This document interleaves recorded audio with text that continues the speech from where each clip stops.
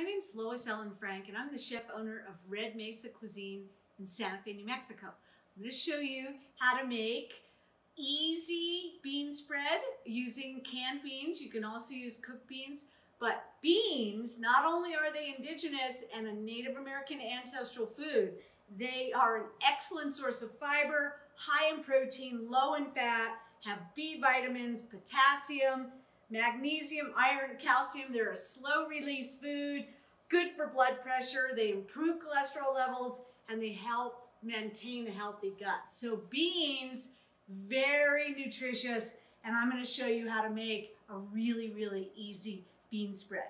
So any kind of beans, we're going to be using pinto beans today, and I have this little strainer here. I just want to get the juice off the beans, and I'm going to put that in a bowl.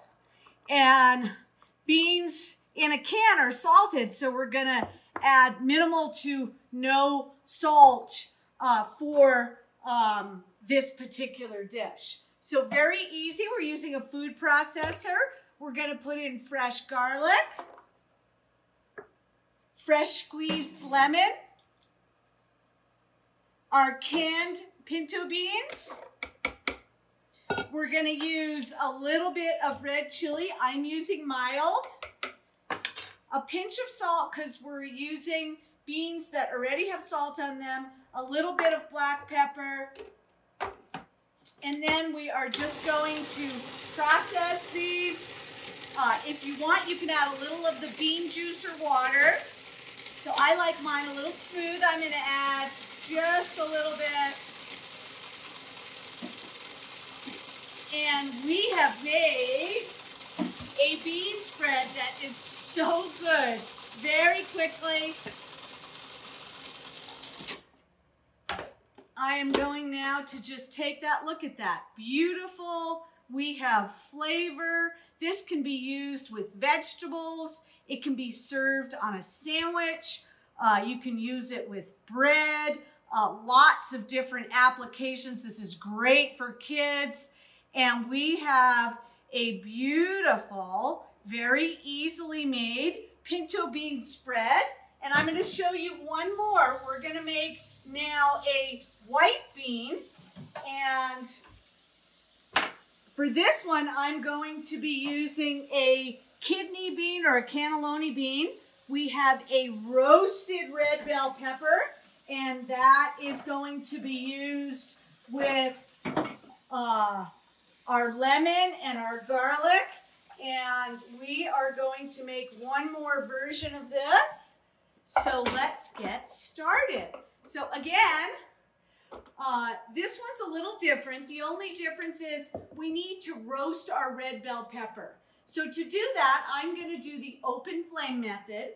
And I have a little grill. I'm just going to put the red bell pepper on the grill and blacken it all the way around so that it has charred and is cooked all the way through. So this will take you a couple of minutes, and you'll want to do this before you get started. I have one that's already done here, and I'm going to show you how to peel that while the other one's cooking. So for this, whenever the chili has roasted, the skin loosens, and you can take your hands or you can use gloves, and we're just going to take that blackened skin off of our red bell pepper and remove all of that blackened skin. What we want to do is we're going to remove the seeds in the top. So you want to make an incision. You can see the seeds here and the top coming off of that. Just get all the skin off. If the skin won't come off, you can always use a little water, but remember, when you use water, you wash away a little of the flavor. So we're just going to break this into pieces now, and we're going to put this into our food processor. And then same thing, we're going to add some garlic. I'm going to go ahead and grind this just to make sure it's ground before we add the beans. There we go. And then we're going to be using white beans. And our lemon. And then our beans. And then I saved the bean juice, but the white kidney beans tend to be a little bit moister than the pintos, so we probably won't need to add anything to that. So let's take a look and see how that looks. I'm gonna let it grind a little bit more. Don't forget a pinch of pepper and a pinch of salt, because the beans already have salt on them, so we don't want to over salt this. And then we have made another one using white beans and roasted red bell pepper. And we're going to take this now and put it into our bowl. So we have the white bean with the roasted red bell pepper, some delicious flavor here. And you can make it as smooth or as chunky as you want. Look at that. That has some nice texture. And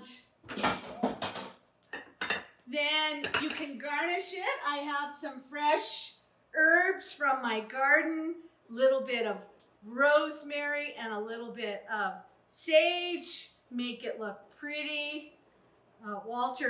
Chef Walter, who's doing the filming, loves beautiful, pretty food.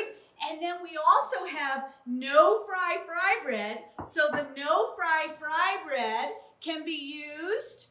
We have some celery, some carrots, some radish. We have 2 kinds of bean and bread. You can use pita bread, you can use the no-fry fry bread, you can use any of these breads, and they make for a nutritious and a delicious, easy to make food.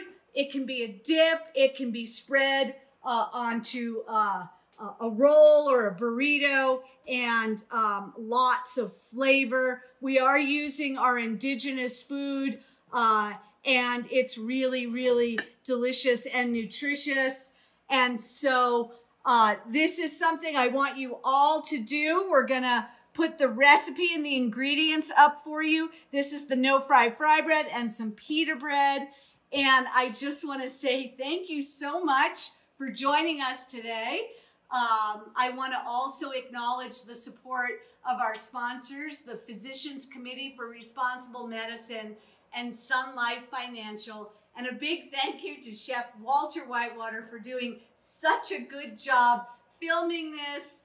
Stay tuned, because we do have additional videos that I hope you'll watch and learn how to make very easy ancestral Native American foods that are healthy, nutritious, and delicious. So thank you so much for joining us, and we'll look forward to seeing you in the future.